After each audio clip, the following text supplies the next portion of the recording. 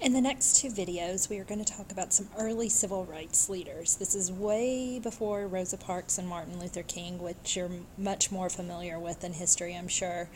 And, we've been talking about civil rights for a long time, that it's something that is occurring in history long even before these individuals.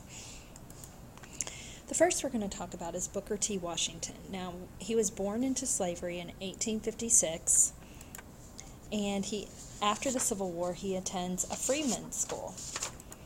And then in 1881, so after Reconstruction's over, he becomes the head of the Tuskegee Institute in Alabama. Now, he eventually comes back to Atlanta in 1881, and he speaks at the International Cotton Exposition, which we're going to talk about some in class. It was an exposition where we had even the President of the United States come to Atlanta.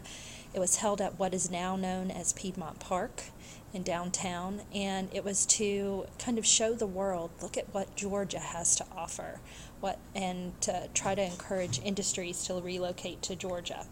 So Booker T. Washington speaks at this exposition, and we're going to look at this speech that he makes in more detail in class. Washington focuses on what he called the Negro problem, which was poor social and economic conditions of blacks.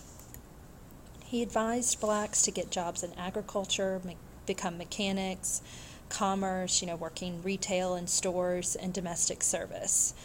He felt the belief to glorify and dignify common labor. Black political, social, and economic equality with whites will eventually happen. He had the belief that this isn't going to happen immediately. It's going to take time for blacks to have this equality that they want. It's not going to be something that comes immediately just because the 13th, 14th, and 15th Amendments have been passed. It's going to take time. His policy is known as what's called accommodationism. Let's accommodate to what's going on now, and we will eventually get the independence and rights that we so justly deserve, is what Washington's view was.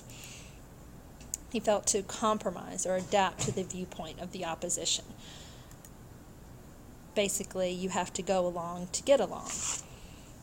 Now, in contrast to him was Du Bois.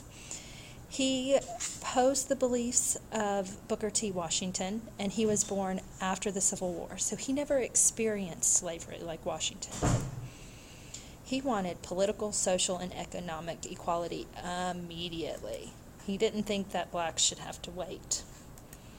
He felt they should have the same education as whites, and they needed technical training.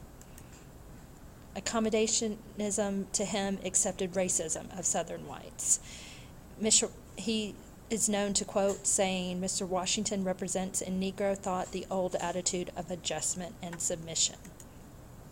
Du Bois founded the Niagara Movement, which demanded the end of segregation and discrimination. He also founded the NAACP, the National Association for the Advancement of Colored People.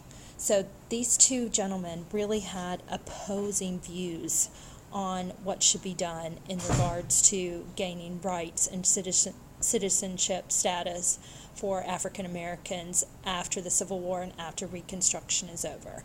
And we're going to look at Washington's speech from the Atlanta Cotton Exposition and a response back to it from Du Bois. We're going to look at those speeches really closely in class and discuss those. This is the end of part 1 on early civil rights leaders. Please make sure you're completing your note sheet.